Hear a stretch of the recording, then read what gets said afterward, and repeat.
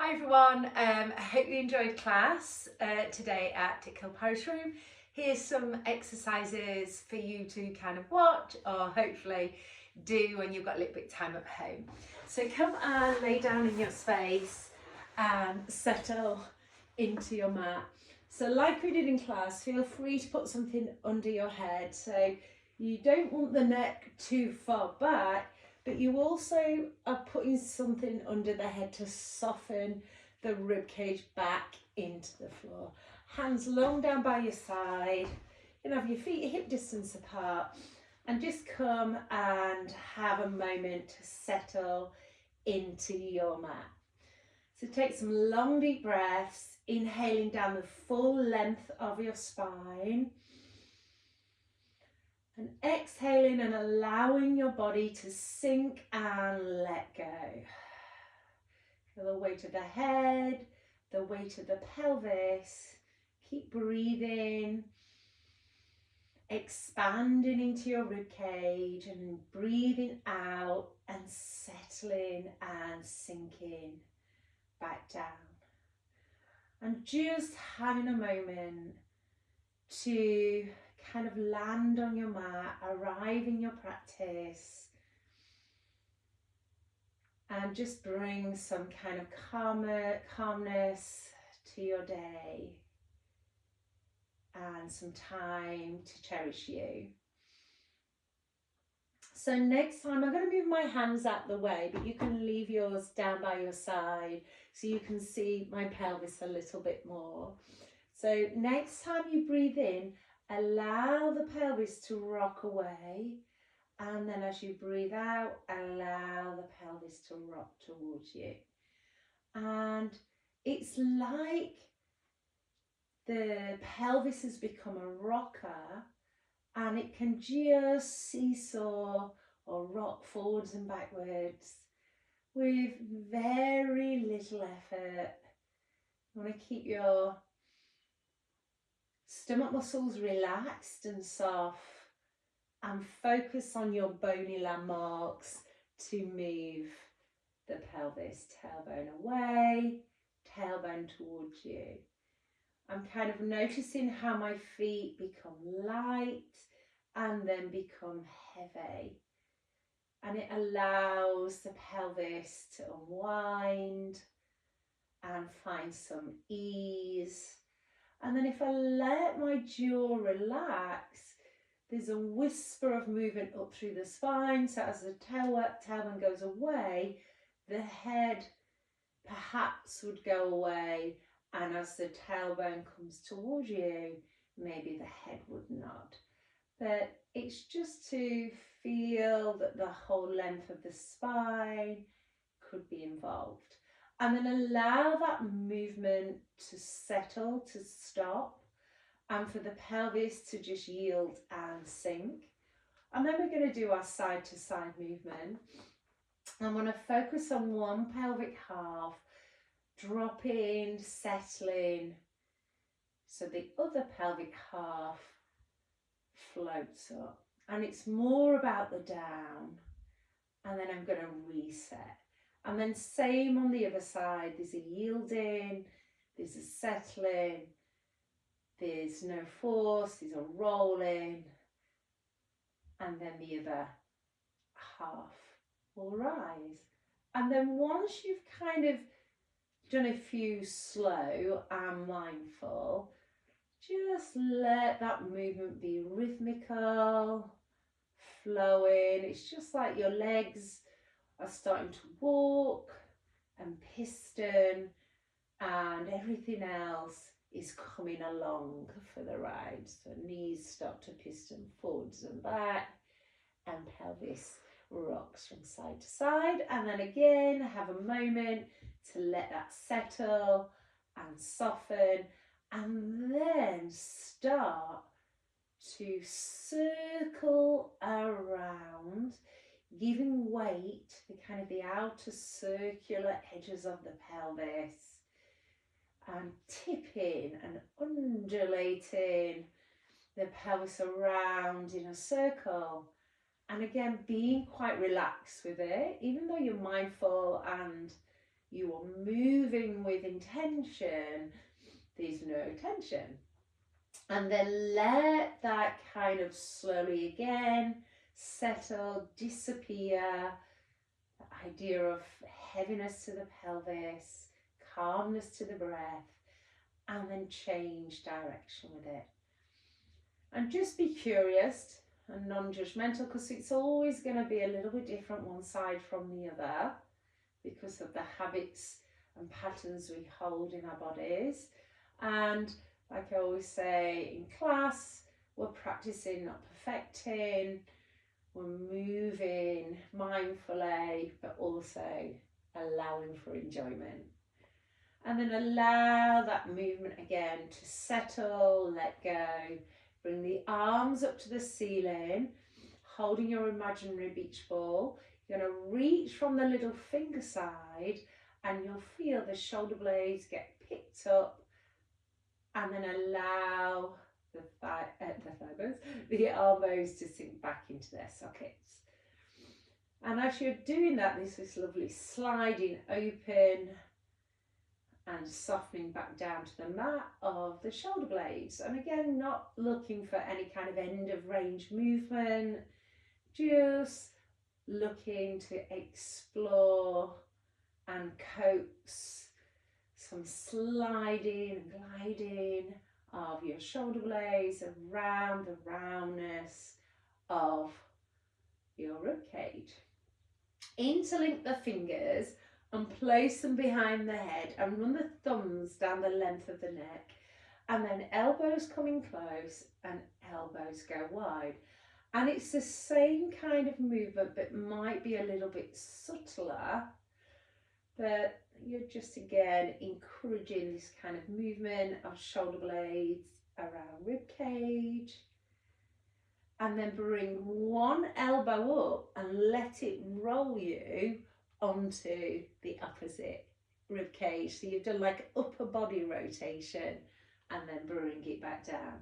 So again, wrap the arm around and keep wrapping the arm around until you have no choice but to roll. But try and give weight to the shoulder blade that you've rolled onto. You might want to again just settle for a moment before you roll back. You're just going to do that a few times.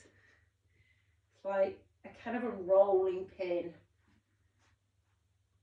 action, no force, just ease.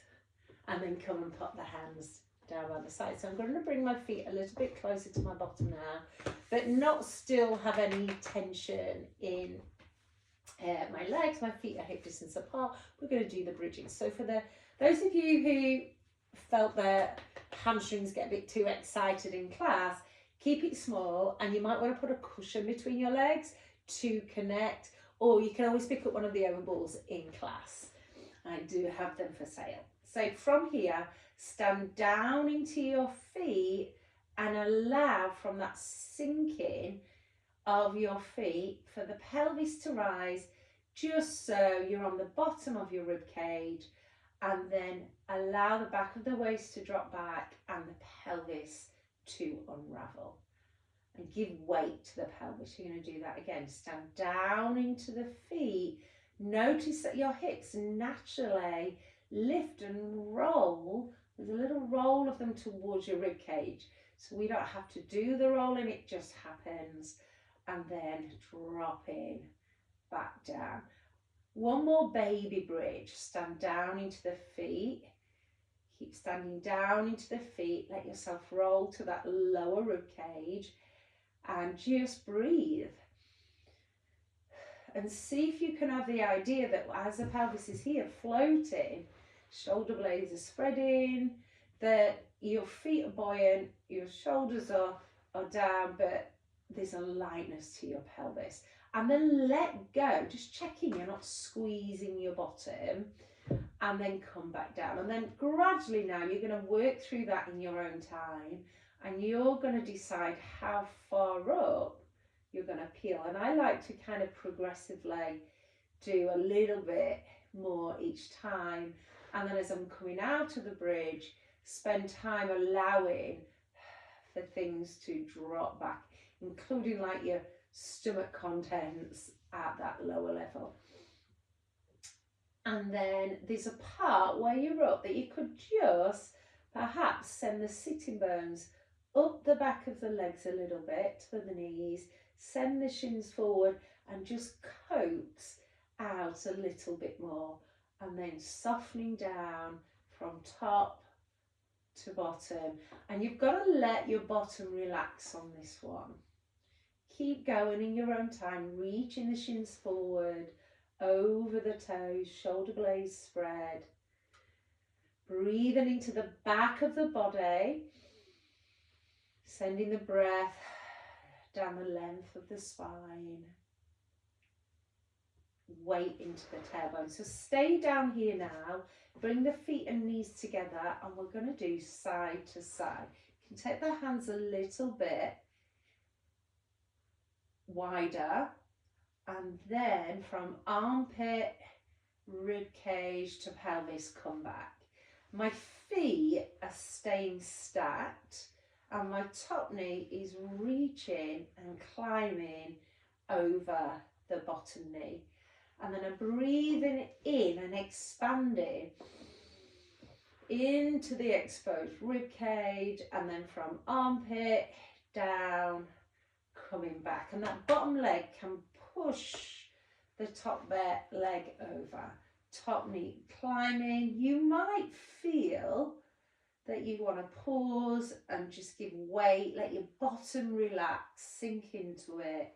Breathe into the exposed rib cage before you return, or you might find it more helpful or enjoyable to just roll from side to side. You decide. My arms look super long on this shoulder, don't they? Side to side, but your shoulder blades are definitely down. So it's not about knees to floor, because that just goes into pelvis and lumbar, and we want the movement to be up here in thoracic. We want that rotation and that mobility to be kind of teased out of there. Nice job, everyone. So from there, interlink the fingers, place them behind the head, and run the length of the fingers down the back of the neck. So we're going to do chest lift. If you don't like this action for your back, you're going to do leg floats instead. So these are leg floats. And we're going to add in leg floats as well. In fact, let's do leg floats together first. So hands behind the back of the head, and just pause. Give weight to your pelvis and head. Feel that they're sinking through the mat, back of the ribcage spreading. Then I'm going to stand down a little bit, not like the bridge, but just feel my footprint can imprint into the mat, and that one leg is like really apparent, really noticing that I'm standing into it. So this leg just floats, and then I'm just going to let the thigh drop and roll towards me, keeping the curves there, and then I'm going to put it down. I'm going to spread the foot, feel that the foot can sink and yield, therefore the other thigh just gets invited up, and it's going to drop and roll. And we're just going to do a few like this. Wait for the foot to sink, let the other thigh drop and roll. So you're not lifting, it's a sucking in of thigh bone into hip socket. It's an easy movement, so that my spine stays stable and my legs move freely. Option to keep that leg up, to just let the other thigh drop and roll in its socket, drop and roll as they come down. And I'm creating weight into the head, or visualizing heavy head, sinking pelvis. And then at the top now, I'm either going to I am going to bring my legs together from outside seams in. Imagine my hands gently encouraging the legs together. And then you're going to tip your toes just a little bit, and then let the thighs drop and roll. And as the thighs drop and roll into the sockets, the pelvis is going to sink. You're going to pause there and breathe, and you're going to look down your cheekbones and roll off the mat by sending your rib cage back into the mat. So you come onto the tip of your shoulder blades, and then I'm going to get long pubic bone to navel, navel to sternum, sternum to throat. And again, I'm going to that way to come around.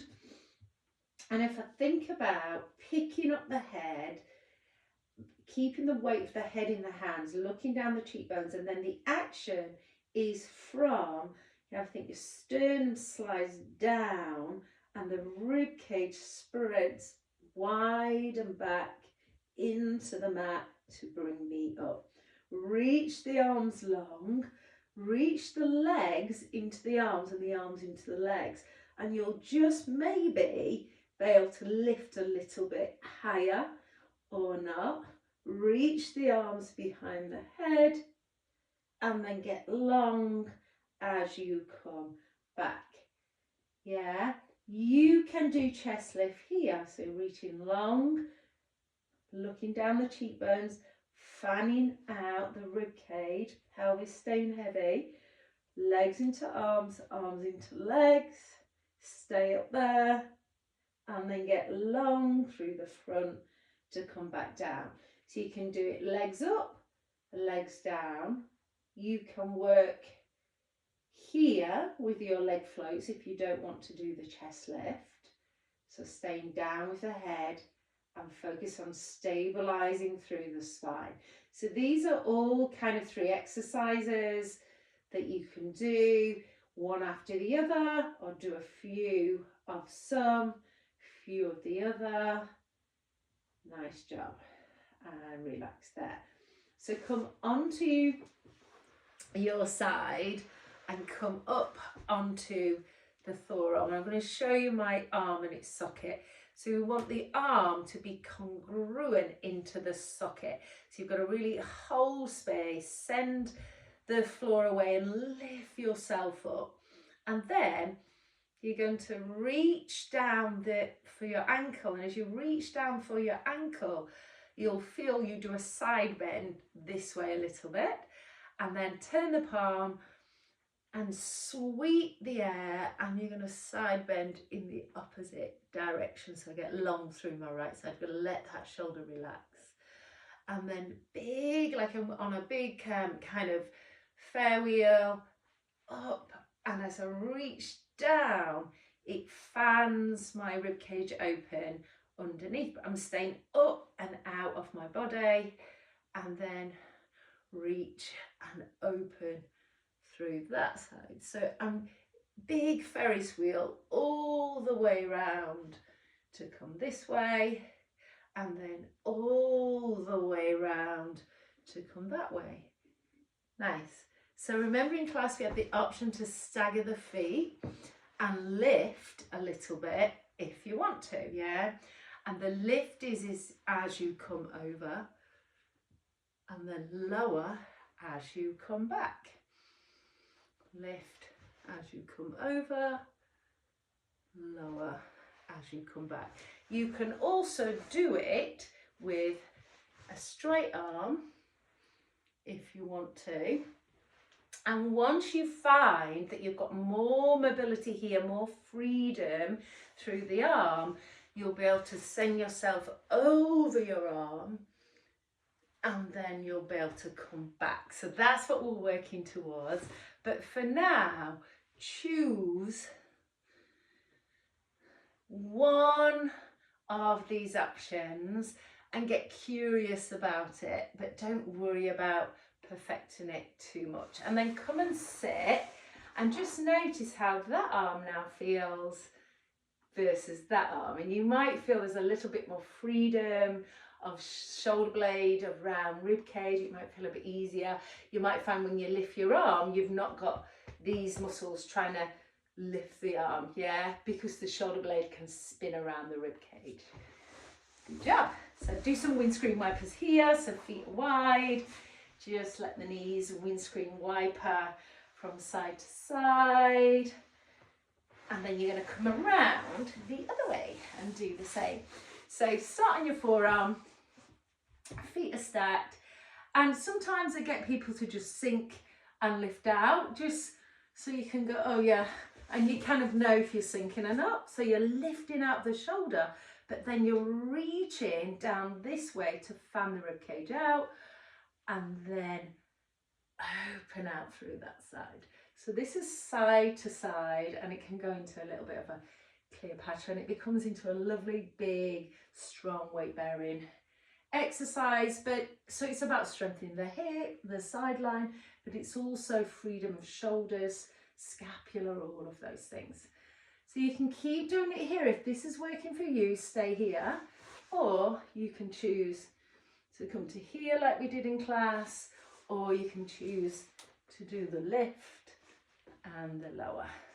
And it's about turning my rib cage around my supporting arm. So get long on the side to the ceiling, and then as I come down, I side bend and come up and through. So I'm lifting my heart up and over, and then coming through and coming up and over. Nice job. So come around onto all fours, tuck the toes under and just circle around. Noticing my toes. I've tucked my toes under so I can kind of have some nice kind of release through my foot, and then the opposite direction, and I might choose to do some on the toes this way as well as this way. Yeah, so you're stretching both front and back of foot, and then come and settle on all fours, and I'm holding up the ceiling. Just took my t-shirt in so you can see what my spine's doing. Holding up the ceiling with the back of the head, the back of the pelvis, and I'm going to do some pelvic led rolls like we did before. So thinking about the tailbone coming underneath, like it's got a weight on it, it's just dropping down between your legs, and from that action the back of the waist expands to the ceiling, and then my rib cage might turn around my arms and my head may drop a little bit, but I'm trying to make this part of my spine flex and joining with the upper curve rather than doing it all in my upper back. And then the reverse. So as I widen my sit bones and send my tailbone long and away, I'm going to lift my heart forward and up and try and do a little bit of extension in my upper back. And then just go, just move, feel that ripple come up the spine and away, and just breathe through that whole lovely rippling movement. You might want to just wag the tail, you might want to do a little bit of a circular movement, anything that feels good. You also might choose to go on your fists rather than your hands. That might feel a little bit, some days I do that, other days it feels okay. So just choose what works for you. And then we're going to come and tuck the toes under again. We didn't do this one in class, it's an option if you want to do it. You're going to reach the heels back but hover the knees, and then just shift the weight forward, shift the weight back and pop the knees back down. Yeah, so reach the heels back to lift the pelvis, shift the weight forward, shift the weight back and come down. Maybe try one more like that. Heels back, shift the weight forward, shift the weight back and come down. And then we're going into quad rows. So reaching back and long with that second toe, and the back of the thigh lifts up the tissue, and then you come back in. You're trying to now keep the spine in its lovely neutral curves while weight bearing, and the leg is a challenge. To see, this side I could do all day, this side is interesting. I have to really reach the standing leg down to help that leg lift. Then we're going to keep out, and opposite arm comes out, and I'm going to breathe. Holding up with the head, lifting the heart, finding length through the spine, all the things. And then second toe. So we might remember when I was walking around in class, it's quite compensatory to kind of sway the hip. So can you find the inner seam reaching down as that back leg reaches up? And you'll find that lovely connection through your center. Well done. Come down onto your front. Spread the arms wide.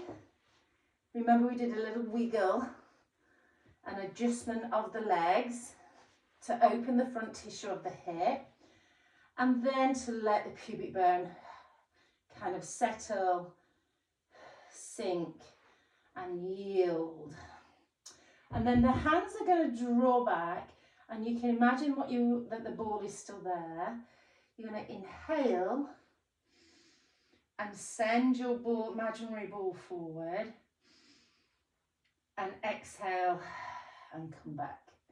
And just do that a few times. I'm drawing the hands back and I'm thinking I'm going forward rather than up.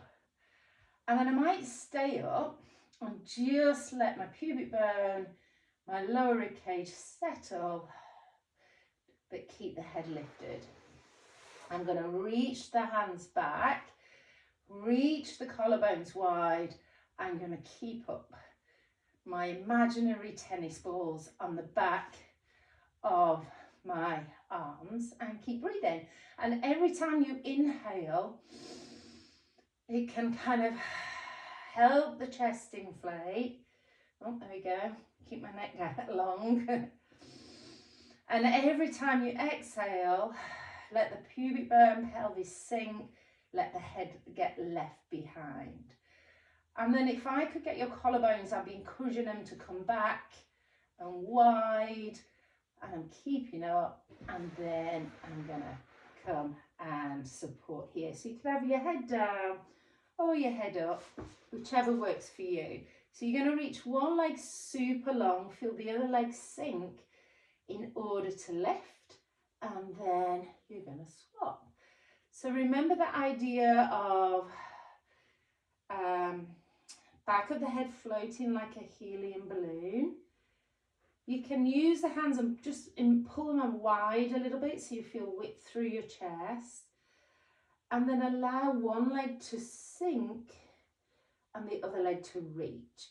And from the idea of one leg sinking and one foot reaching, that lovely kind of walking swim pattern can happen. So we've got that kind of variation there.